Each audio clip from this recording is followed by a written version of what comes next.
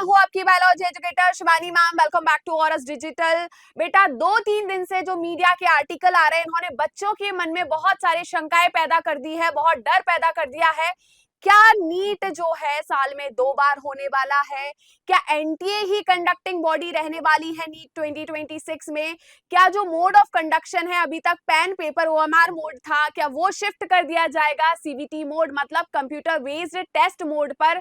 अभी बच्चे काफी परेशान हैं, क्या होगा, कैसे होगा? तो डोंट वरी, आज मैं बताने वाली हूं कि क्या क्या चेंजेस जो है नीट में होने वाले हैं या नहीं होने वाले। अब ये रिपोर्ट जो है किस बेसिस पर आ रही है, ये रिपोर्ट जो है क्या बोलना चाह रही है आपको मैं बताती हूँ। इनका कहना है कि मिनिस्ट्री ऑफ एजुकेशन जो है वो रेगुलरली बेसिस पर एनटीए से बातचीत कर रही है based on Radha Krishnan committee report, और इनका कहना है कि यहाँ पर क्या फिजिबिलिटी है, सीबीटी मोड में एनटी जो हमारा एनटीए है वो नीट को कंडक्ट कर सकता है या नहीं कर सकता।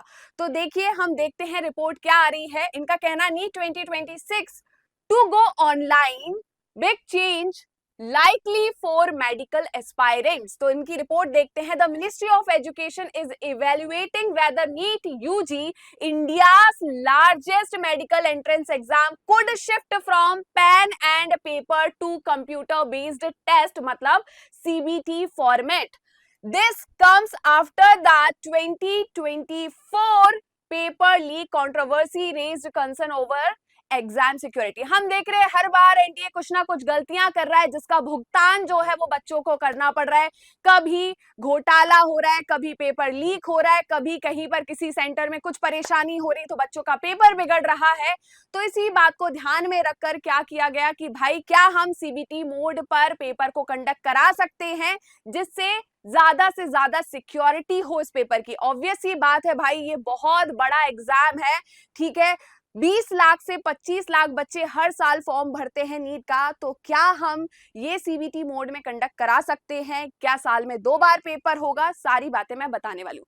पहला पॉइंट तो है बेटा, देखिए सीबीटी मोड पर अभी 2026 में तो हम इस पेपर को कंडक्ट नहीं करा सकते, क्योंकि इसके लिए हमें बहुत सारे सेंटर्स चाहिए होंगे जिसमें बहुत सारे कंप्यूटर्स हो, और इस लेवल पर अभी हमारा इंफ्रास्ट्रक्चर नहीं है कि हम इतने सारे कंप्यूटर्स जो है अरेंज कर पाए जिसमें 20 लाख या 15 लाख बच्चे जो है एग्जाम दे पाए।